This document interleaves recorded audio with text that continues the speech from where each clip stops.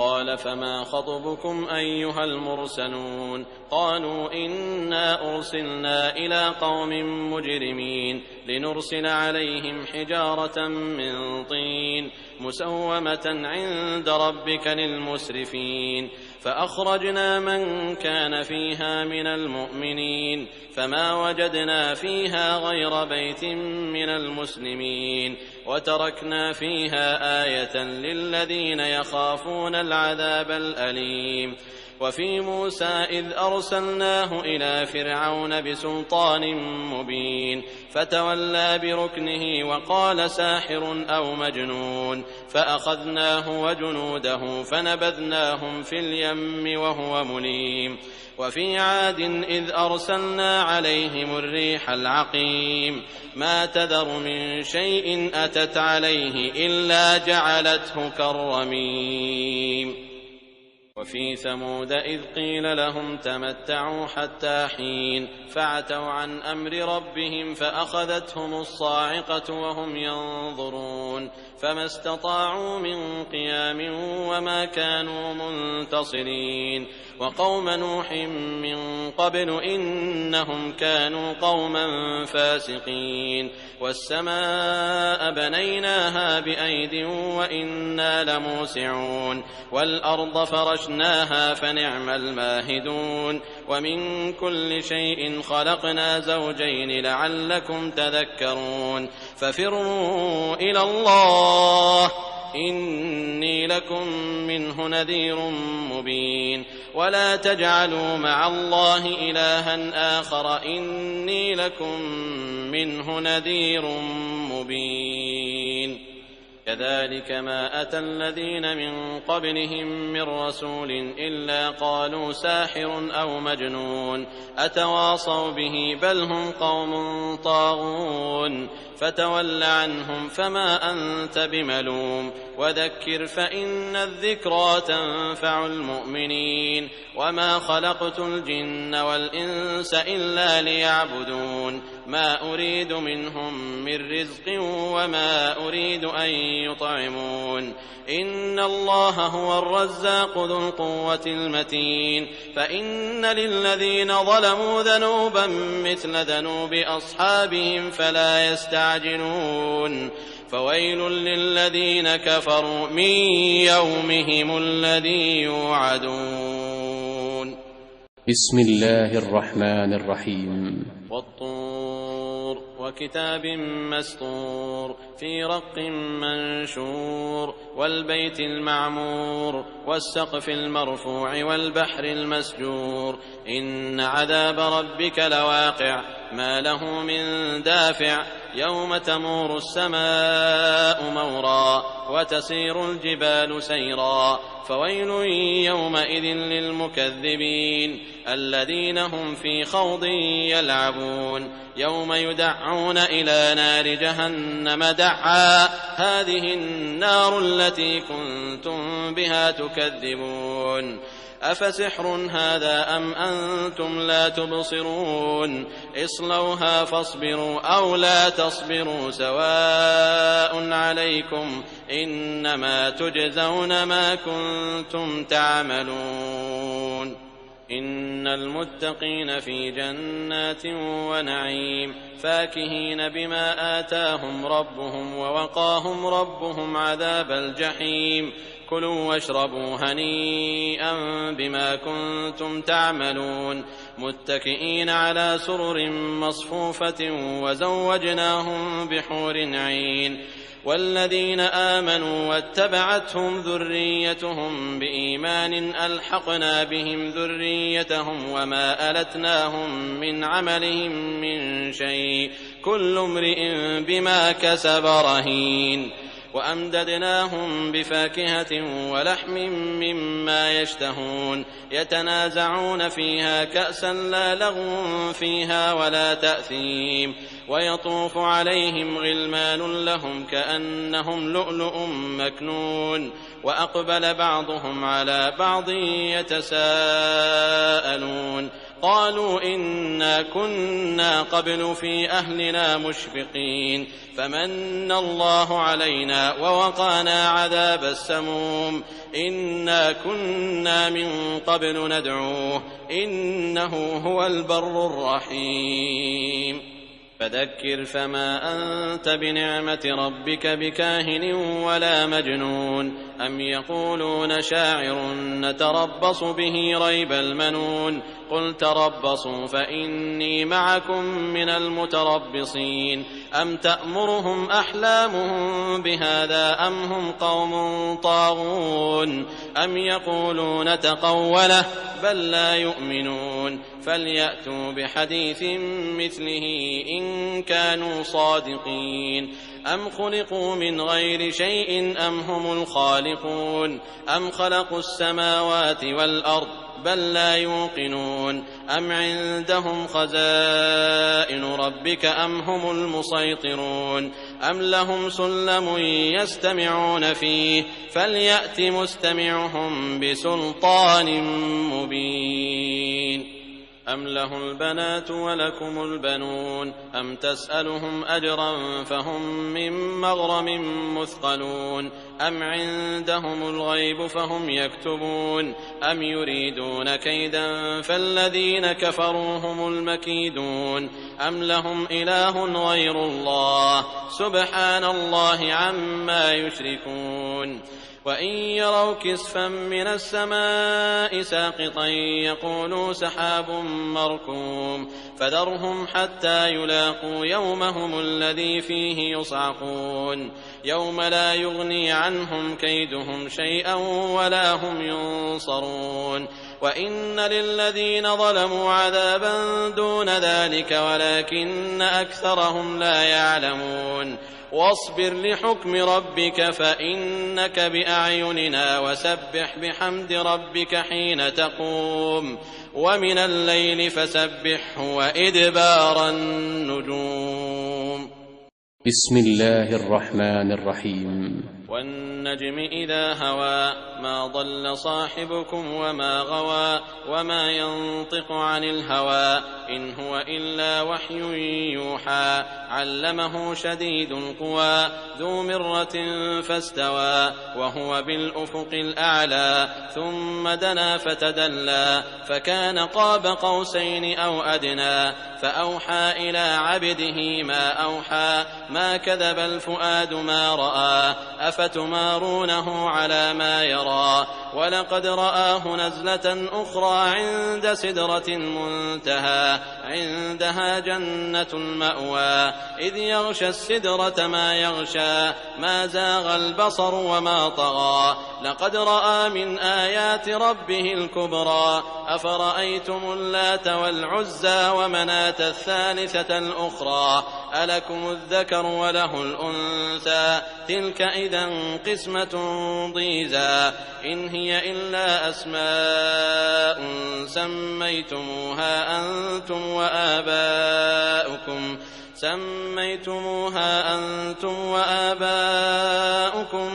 ما أنزل الله بها من سلطان إن يتبعون إلا الظن وما تهوى الأنفس ولقد جاءهم من ربهم الهدى أم للإنسان ما تمنى فلله الآخرة والأولى وكم من ملك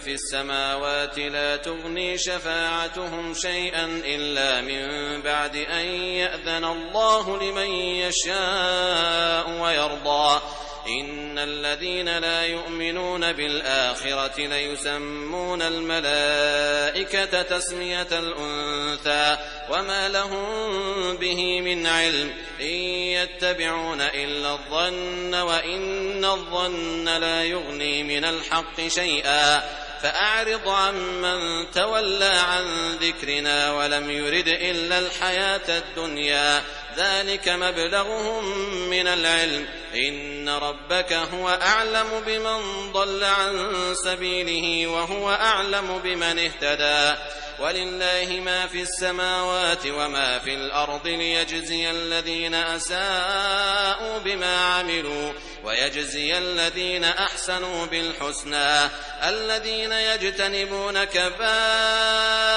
الإثم والفواحش إلا اللمم إن ربك واسع المغفرة هو أعلم بكم إذ أنشأكم من الأرض وإذ أنتم أجنة في بطون أمهاتكم فلا تزكوا أنفسكم هو أعلم بمن اتقى أفرأيت الذي تولى وأعطى قليلا وأكدى أعنده علم الغيب فهو يرى أم لم ينبأ بما في صحف موسى وإبراهيم الذي وفى ألا تزر وازرة وزر أخرى وأن ليس للإنسان إلا ما سعى وأن سعيه سوف يرى ثم يجزاه الجزاء الأوفى وأن إلى ربك المنتهى وأنه هو أضحك وأبكى وأنه هو أمات وأحيا وأنه خلق الزوجين الذكر والأنثى من نطفة إذا تمنى وأن عليه النشأة الأخرى وأنه هو أغنى وأقنى وأنه هو رب الشعرى وأنه أهلك عادا الأولى وثمود فما أبقى وقوم نوح من قبل إنهم كانوا هم أظلم وأطغى والمؤتفكة أهوى فغشاها ما غشا فبأي آلاء ربك تتمارى هذا نذير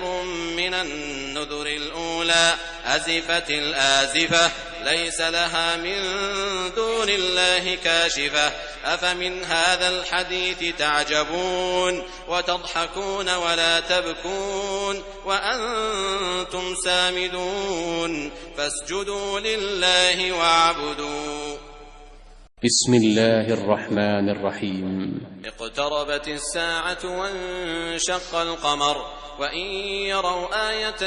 يعرضوا ويقولوا سحر مستمر وكذبوا واتبعوا أهواءهم وكل أمر مستقر ولقد جاءهم من الأنباء ما فيه مزدجر حكمة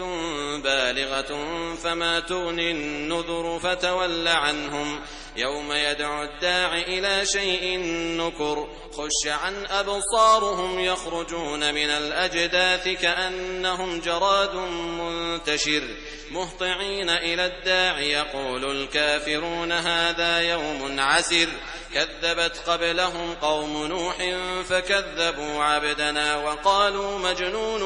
وازدجر فدعا ربه أني مغلوب فانتصر ففتحنا أبواب السماء بماء منهمر وفجرنا الأرض عيونا فالتقى الماء على أمر قد قدر وحملناه على ذات ألواح ودسر تجري بأعيننا جزاء لمن كان كفر ولقد تركناها آية فهل من مدكر فكيف كان عذابي ونذر ولقد يسرنا القرآن للذكر فهل من مدكر كذبت عاد فكيف كان عذابي ونذر إنا أرسلنا عليهم ريحا صرصرا في يوم نحس مستمر تنزع الناس كأنهم أعجاز نخل منقعر فكيف كان عذابي ونذر ولقد يسرنا القرآن للذكر فهل من مدكر كذبت ثمود بالنذر فقالوا أبشرا منا واحدا نتبعه إنا إذا لفي ضلال وسعر ألقي الذكر عليه من بيننا بل هو كذاب أشر سيعلمون غدا من الكذاب الأشر إنا مرسل الناقة فتنة لهم فارتقبهم واصطبر ونبئهم أن الماء قسمة بينهم كل شرب محتضر فنادوا صاحبهم فتعاطى فعقر فكيف كان عذابي ونذر إنا إنا أرسلنا عليهم صيحة واحدة فكانوا كهشيم المحتضر ولقد يسرنا القرآن للذكر فهل من مدكر كذبت قوم لوط بالنذر إنا أرسلنا عليهم حاصبا إلا آل لوط نجيناهم بسحر نعمة من عندنا كذلك نجزي من شكر ولقد أنذرهم بطشتنا فتماروا بالنذر ولقد راودوه عن ضيفه فطمسنا أعينهم فذوقوا عذابي ونذر ولقد صبحهم بكرة عذاب مستقر فذوقوا عذابي ونذر ولقد يسرنا القرآن للذكر فهل من مدكر ولقد جاء آل فرعون النذر كذبوا بآياتنا كلها فأخذناهم أخذ عزيز مقتدر أكفاركم خير من أولئكم أم لكم براءة في الزبر أم يقولون نحن جميع منتصر سيهزم الجمع ويولون الدبر بل الساعة موعدهم والساعة أدهى وأمر إن المجرمين في ضلال وسعر يوم يسحبون في النار على وجوههم ذوقوا مس سقر إنا كل شيء خلقناه بقدر وما أمرنا إلا واحدة كلمح بالبصر ولقد أهلكنا أشياعكم فهل من مدكر وكل شيء فعلوه في الزبر وكل صغير وكبير مستطر إن المتقين في جنات ونهر في مقعد صدق عند مليك مقتدر بسم الله الرحمن الرحيم الرحمن علم القرآن خلق الإنسان علمه البيان الشمس والقمر بحسبان والنجم والشجر يسجدان والسماء رفعها ووضع الميزان ألا تطغوا في الميزان وأقيموا الوزن بالقسط ولا تخسروا الميزان والأرض وضعها للأنام فيها فاكهة والنخل ذات الأكمام والحب ذو العصف والريحان فبأي آلاء ربكما تكذبان خلق الإنسان من صلصال كالفخار وخلق الجان من مارج من نار فبأي آلاء ربكما تكذبان رب المشرقين ورب المغربين فبأي آلاء ربكما تكذبان مرج البحرين يلتقيان بينهما برزخ لا يبغيان فبأي آلاء ربكما تكذبان يخرج منهما اللؤلؤ والمرجان فبأي آلاء ربكما تكذبان وله الجوار المنشآت في البحر كالأعلام فبأي آلاء ربكما تكذبان كل من عليها فان ويبقى وجه ربك ذو الجلال والإكرام فبأي آلاء ربكما تكذبان يسأله من في السماوات والأرض كل يوم هو في شأن فبأي آلاء ربكما تكذبان سنفرغ لكم أيها الثقلان فبأي آلاء ربكما تكذبان يا معشر الجن والإنس إن استطعتم أن تنفذوا من أقطار السماوات والأرض فانفذوا لا تنفذوا تنفذون إلا بسلطان فبأي آلاء ربكما تكذبان يرسل عليكما شواظ من نار ونحاس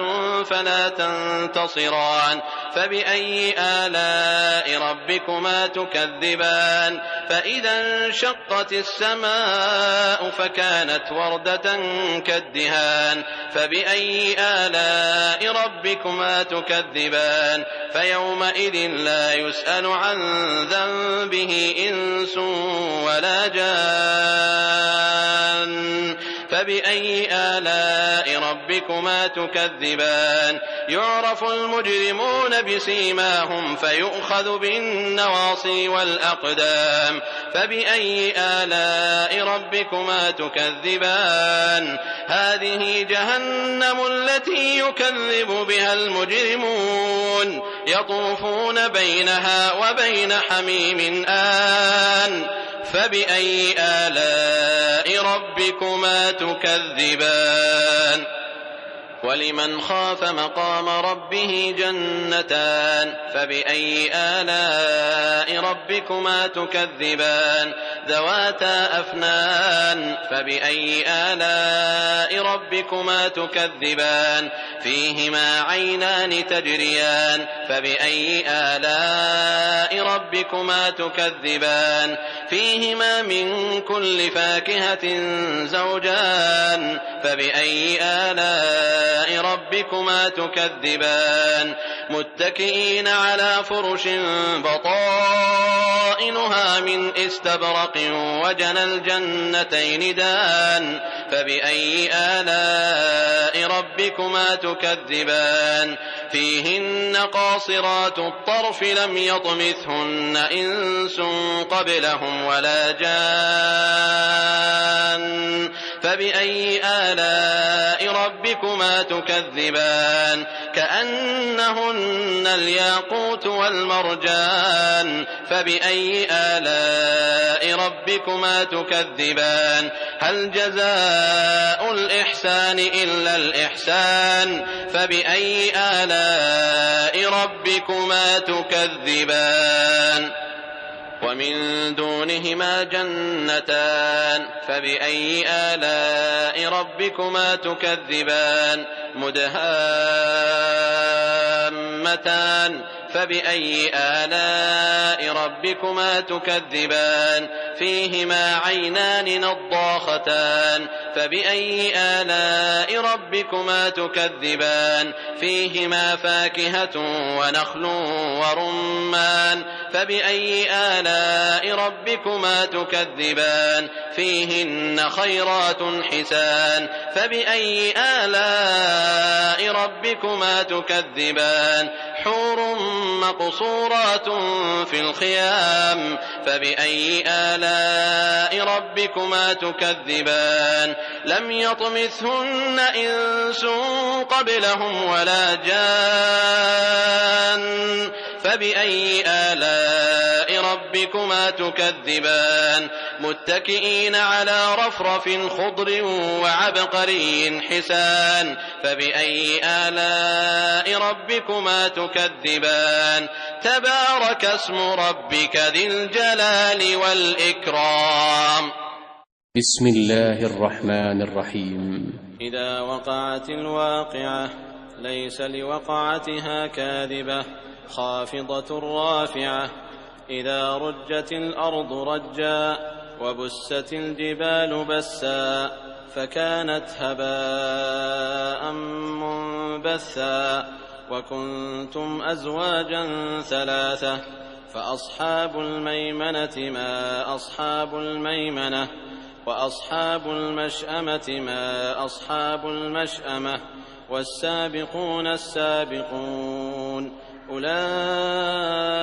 المقربون في جنات النعيم ثلة من الأولين وقليل من الآخرين على سرر موضونة متكئين عليها متقابلين يطوف عليهم ولدان مخلدون بأكواب وأباريق وكأس من معين لا يصدعون عنها ولا ينزفون وفاكهة مما يتخيرون ولحم طير مما يشتهون وحور عين كأمثال اللؤلؤ المكنون جزاء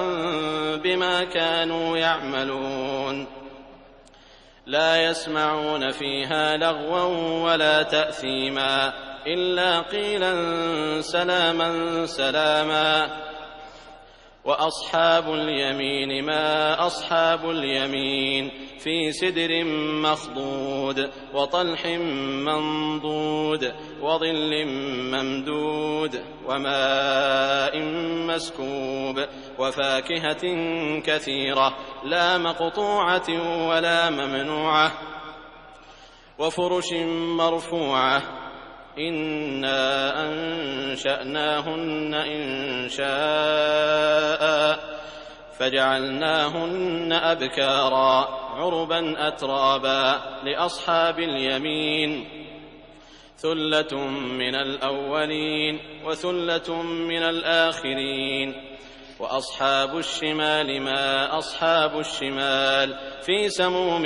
وحميم وظل من يحموم لا بارد ولا كريم إنهم كانوا قبل ذلك مترفين وكانوا يصرون على الحنث العظيم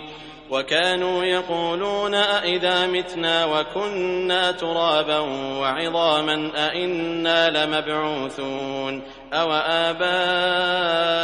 الأولون قل إن الأولين والآخرين لمجموعون إلى ميقات يوم معلوم ثم إنكم أيها الضالون المكذبون لآكلون من شجر من زقوم فمالئون منها البطون فشاربون عليه من الحميم فشاربون شرب الهيم هذا نزلهم يوم الدين نحن خلقناكم فلولا تصدقون أفرأيتم ما تمنون أأنتم تخلقونه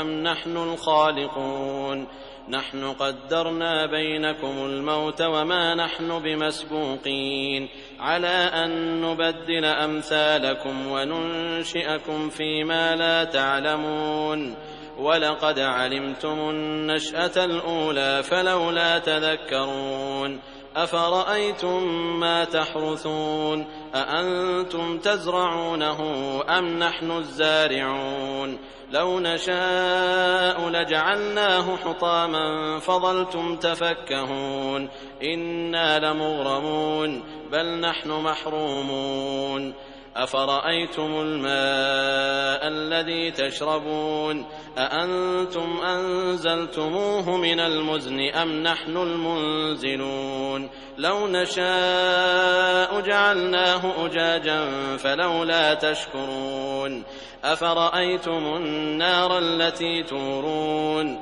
أأنتم أنشأتم شجرتها أم نحن المنشئون نحن جعلناها تذكرة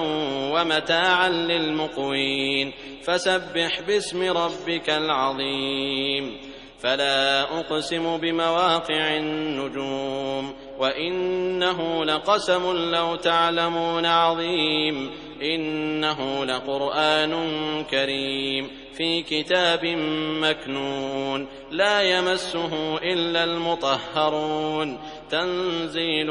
من رب العالمين أفبهذا الحديث أنتم مدهنون وتجعلون رزقكم أنكم تكذبون فلولا إذا بلغت الحلقوم وأنتم حينئذ تنظرون ونحن أقرب إليه منكم ولكن لا تبصرون فلولا إن كنتم غير مدينين ترجعونها إن كنتم صادقين فأما إن كان من المقربين فروح وريحان وجنة نعيم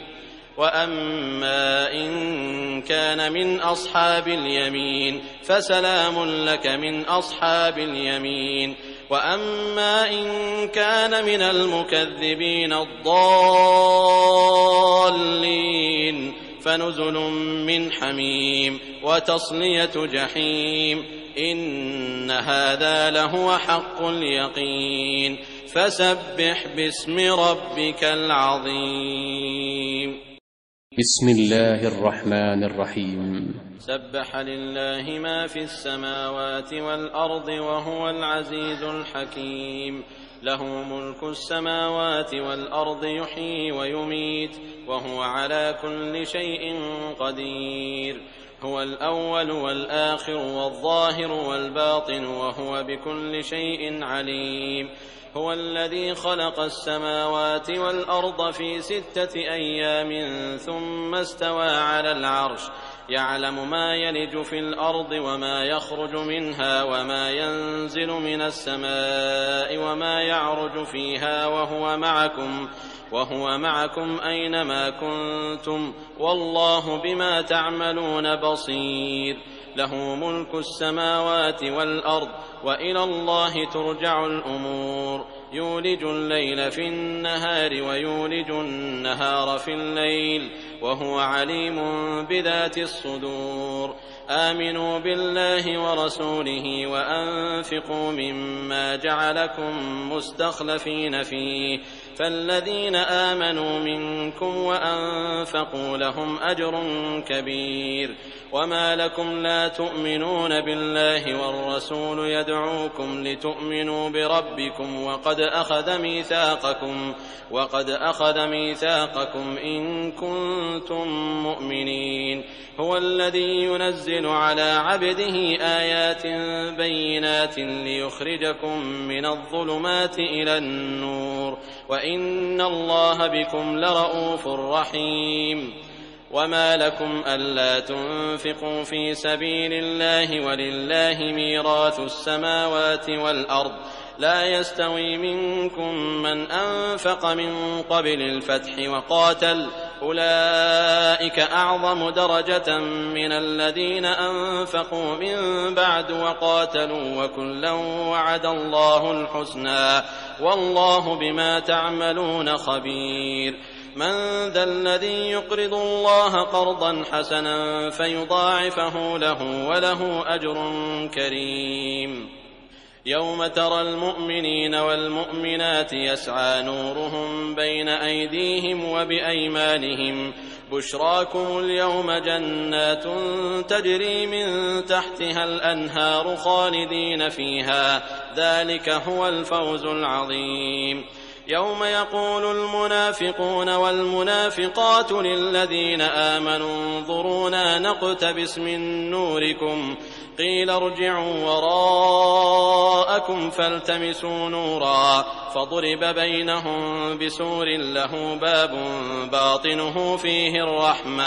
باطنه فيه الرحمة وظاهره من قبله العذاب. ينادونهم ألم نكن معكم قالوا بلى ولكنكم فتنتم أنفسكم وتربصتم وارتبتم وغرتكم الأماني حتى جاء أمر الله وغركم بالله الغرور. فاليوم لا يؤخذ منكم فدية ولا من الذين كفروا مأواكم النار هي مولاكم وبئس المصير. ألم يأن للذين آمنوا أن تخشع قلوبهم لذكر الله وما نزل من الحق ولا يكونوا كالذين أوتوا الكتاب من قبل فطال عليهم الأمد فقست قلوبهم وكثير